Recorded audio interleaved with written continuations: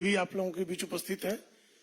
मैं आदरणीय डॉक्टर सुधांशु त्रिवेदी जी से आग्रह करूंगा कि आप सबको संबोधित करें। शुरू करें।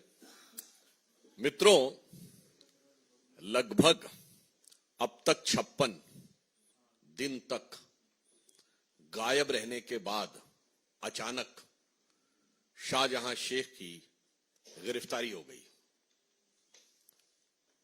अब यह सोचने वाली बात है कि जैसे ही कोर्ट ने ईडी के मामले में गिरफ्तारी का प्रिवेंशन हटाया गया, पहली बात, संदेश खाली के विषय पर महिलाओं के अत्याचार की कोई भी धारा, बलात्कार या बलात्कार के लिए प्रेरित करने की कोई भी धारा नहीं लगाई गई है। दूसरी बात, यह भी बहुत साफ हो गया कि जो पश्चिम बंगाल सरकार स्टैंड ले रही थी कि गिरफ्तारी पर रोक है, उसका संदेश खाली के गुनाहों से कोई लेना देना नहीं था।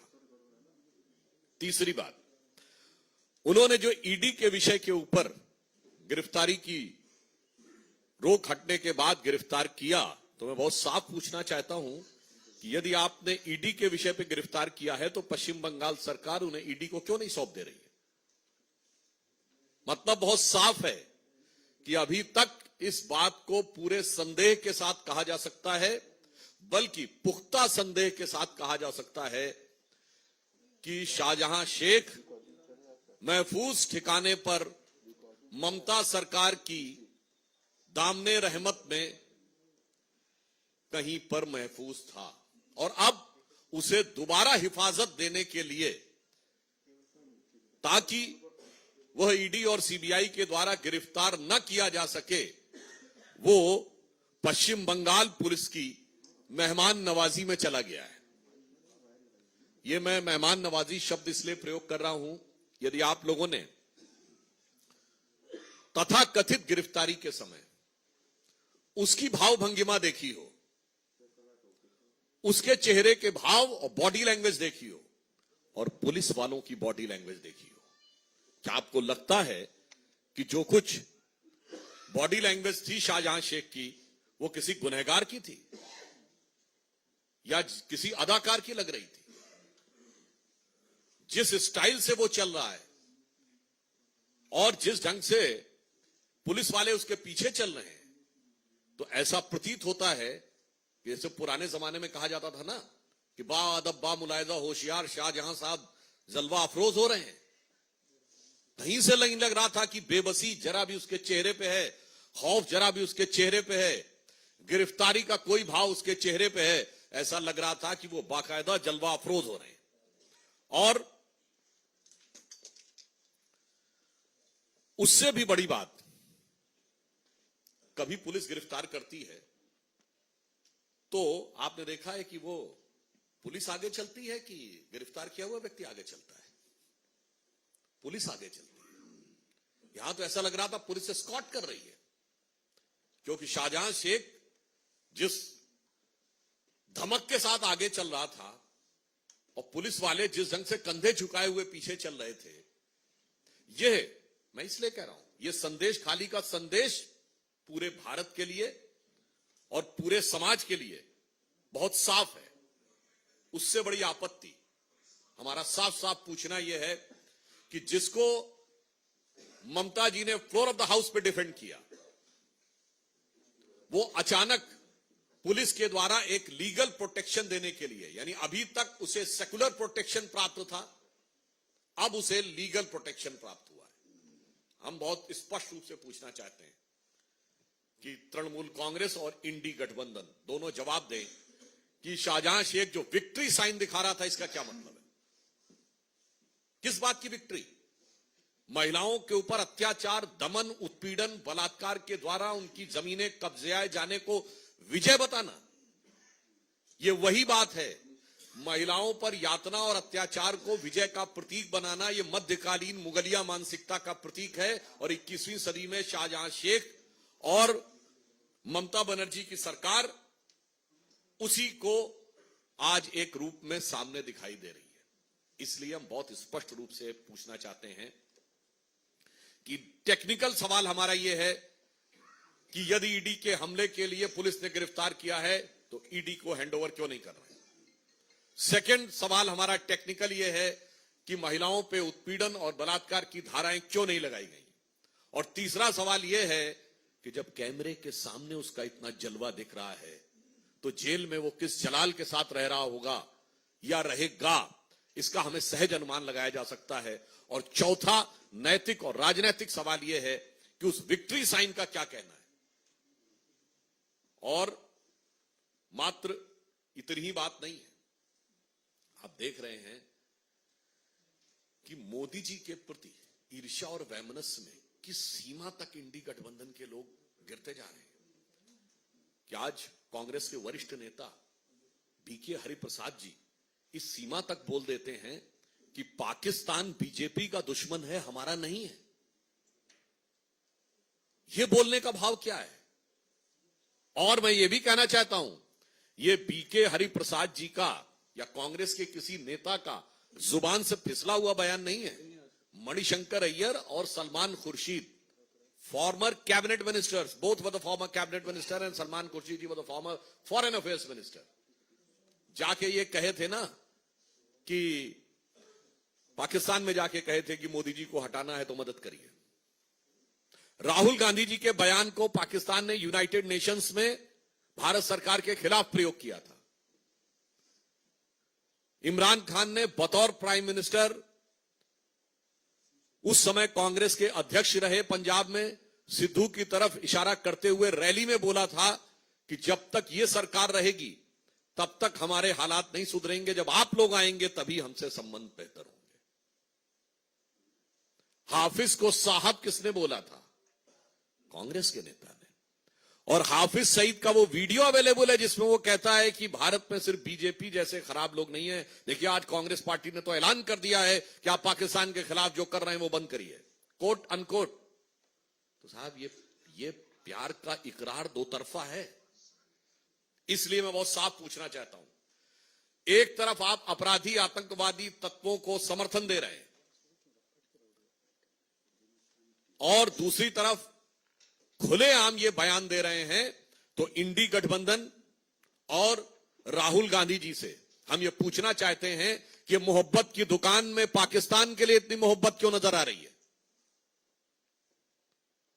और ये फिर मैं बोल रहा हूं, again I am quoting with the reference, Barack Obama ने अपनी किताब द प्रॉमिस लैंड में 2010 में भारत की यात्रा के समय तत्कालीन प्रधानमंत्री डॉक्टर मनमोहन सिंह जी की वार्ता के आधार पर लिखा था कि 2008 में 26/11 के हमले के बाद भारत की सेना एक कड़ी कार्रवाई करने के लिए तैयार थी। और उस समय रॉय आईबी के चीफ थे जिन्होंने इस्तीफा भी दे दिया था इस बात पे, क्योंकि लगातार संकेत दिए गए थे कि ऐसा होने वाला है। परंतु उसके बावजूद बकौल बैरक ओबामा, अगर कांग्रेस को आपत्ति है तो बैरक ओबामा पे जाके मुकदमा कर दे, बकौल Barack Obama doctor Manmohan Singh की सरकार ने इसलिए निर्णय नहीं लिया कि पाकिस्तान के खिलाफ हुई किसी भी कार्रवाई से बीजेपी को फायदा न हो जाए। यानी हमारे सैकड़ों लोग मारे गए, हमारे सिपाही मारे गए। तुकाराम मामले को तो याद है, हाथ में वो पकड़ते हुए गोली लग गई, कोई फर्क नहीं पड़ता। सियासत के तराजू पे तौलना है, चाहे पीड़ित महिलाओं का दर्द हो, आदिवासी महिलाओं का दर्द हो संदेश खाली में, दलित महिलाओं का दर्द हो, वो पहले तराजू पे, सियासत के तराजू पे तौला जाता है कि कौन सा वोट बैंक तगड़ा वाला है, फिर उसके आधार पे बोला जाता है। और फिर चाहे देश की सुरक्षा हो या देश का आत्मसम्मान हो, उसको भी उसी प्रकार से राजनीति के तराजू पे तौला जाता है। और आपने वो भी देखा होगा कि माननीय प्रधानमंत्री जी ने भी इसका उल्लेख किया है कि तमिलनाडु की सरकार ने चीन का मिसाइल, चीनी फ्लैग, अब बताइए, चीन के साथ करार तो सुना था, डोकलाम में चीन के साथ लंच और डिनर तो सुना था, अब यही कसर रह गई थी कि इंडी गठबंधन की सरकारों में मिसाइल पे चीन का झंडा नजर आएगा। मगर आप आश्वस्त रहिए कि भारत की जनता इस हर एक चीज को, भारत की यह विवेकपूर्ण जनता हर एक चीज को बहुत गंभीरता से देख रही है और इसका समुचित प्रत्युत्तर देगी। महिलाओं के उत्पीड़न का माकूल जवाब मिलेगा, पाकिस्तान से प्रेम का मुंहतोड़ जवाब मिलेगा और चीन के झंडे का बिल्कुल एप्रोप्रिएट रिप्लाई इस गठबंधन की सरकार को मिलेगा। और मैं याद दिलाना चाहता हूं, ये वही डीएमके की सरकार है जिसके de facto number 2 minister eradication of Sanatan Dharma यानी हिंदू धर्म के समूल नाश की कॉन्फ्रेंस करते हैं, बयान नहीं अभियान की बात करते हैं, वही चीन का मिसाइल दिखाते हैं और चीनी झंडा उनके कार्यक्रमों में दिखाया जाता है। इस प्रकार की मीडिया में रिपोर्ट्स हैं और इस प्रकार के चित्र बहुत स्पष्ट रूप से उपस्थित हैं और आज तक अभी तक डीएमके की सरकार ने न इसके लिए माफी मांगी है, न सफाई दी है, न इसका कोई खंडन किया है। इसलिए हम बहुत स्पष्ट रूप से कहना चाहते हैं कि ज्यों-ज्यों समय आगे बढ़ता जा रहा है, इंडी गठबंधन के दलों की भारतीय समाज के प्रति असंवेदनशीलता और हिकारत उभर कर उत्तरोत्तर सामने आती चली जा रही है। धन्यवाद।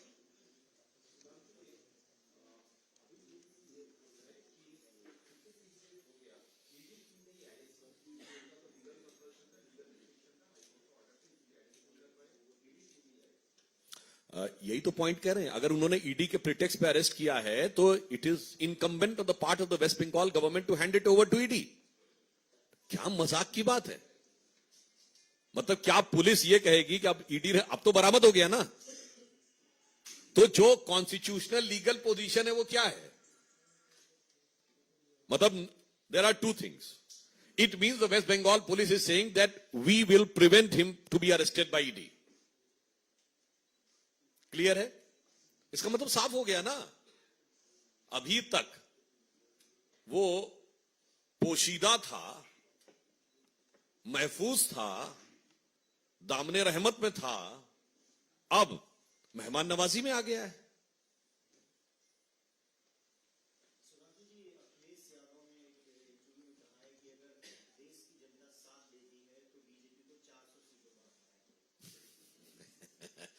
कल तो एक सीट हार गए और इतना ही नहीं साहब, उस हार में एक इंपॉर्टेंट बात आप देखिए, 36 वोट चाहिए होते थे एक सीट निकालने के लिए, ठीक है? कह रहे हैं कि हमने हरवा दिया। जया बच्चन जी को 41 वोट दिए। भाई आपके पास कुल 108 वोट हैं, 2 विधायक आपके आ नहीं सकते थे, आपके 106 वोट थे, आपको सबको 35-36 बांट देने चाहिए थे, 36 पे जीतते थे। जया बच्चन जी को 41, ये 5 वोट फालतू क्यों दिए भाई? फिर रामजी लाल सुमन जी को 40, 4 वोट फालतू, तो तीसरा हार नहीं आना है। मतलब जिस समय उन्होंने वोट बांटे हैं उसी समय उन्होंने अपनी शिकस्त का एहतराम यानी पराजय की स्वीकारोक्ति कर ली थी। और यहां पे मैं एक और ऑन द लाइटर नोट कहना चाहता हूं, ये जब से राहुल गांधी जी ने यात्रा शुरू की है, और अब मैं इसको व्यंग में नहीं, मैं गंभीरता से कहना चाहूंगा, ये कम्युनिस्ट मैनिफेस्टो लेकर जो उन्होंने अपनी यात्रा शुरू की है, उसके बाद से हो क्या रहा है? वो जिस राज्य में जाते हैं वहीं तबाही का मंजर हो जाता है।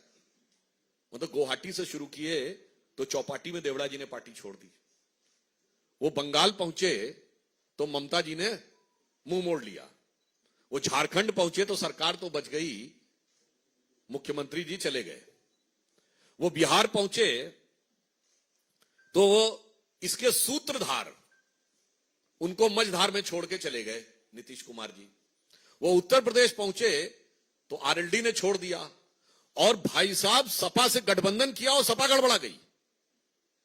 मुझे लगता है इस बात पे बड़ी गंभीरता से विचार करना चाहिए कि ये हो क्या रहा है, और उसके बाद उनको लग रहा है कि यात्रा बहुत सफल है। तो इस पे मुझे वो पंक्ति याद आती है कि बर्बादियों का शोक मनाना फिजूल था, मैं बर्बादियों का जश्न मनाता चला गया।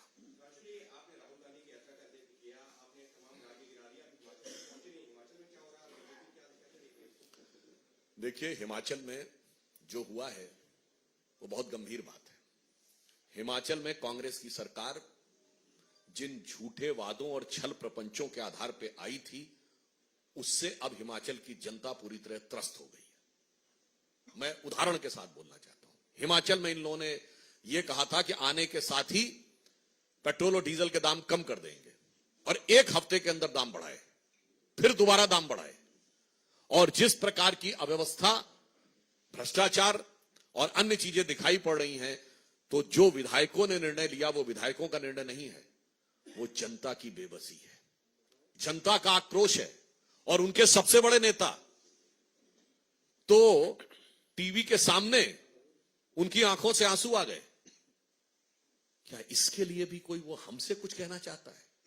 मेरा मानना फिर है कि कांग्रेस को अपने गिरेबान में झांकना चाहिए कि यदि आप 40 और 25 में, जबकि आपके पास प्रैक्टिकली समर्थन 45-46 का था, उसके बावजूद आपकी ये स्थिति होती है। और फिर जिस तरीके से उन्होंने हमारे विधायकों को बाहर किया वो एक अलग विषय है, परंतु हिमाचल में जो हुआ है वो कांग्रेस के उस असली चेहरे को बेनकाब करता है। जब उनके अत्यंत वरिष्ठ मंत्री के आंखों में आंसू हैं, वो आंसू सिर्फ वो नहीं है, वो हिमाचल की जनता की आंखों में आंसू हैं। और जो विधायकों ने किया है उस दबाव और उसके प्रभाव में किया है।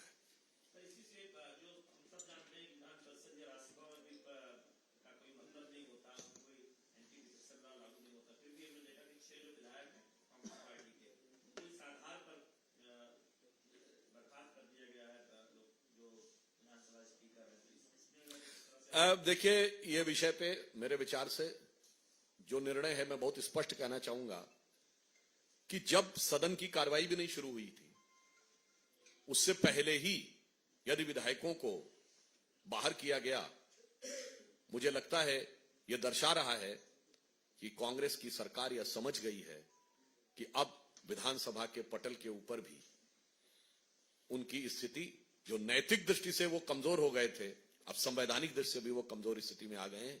ये निर्णय इसका प्रतीक है।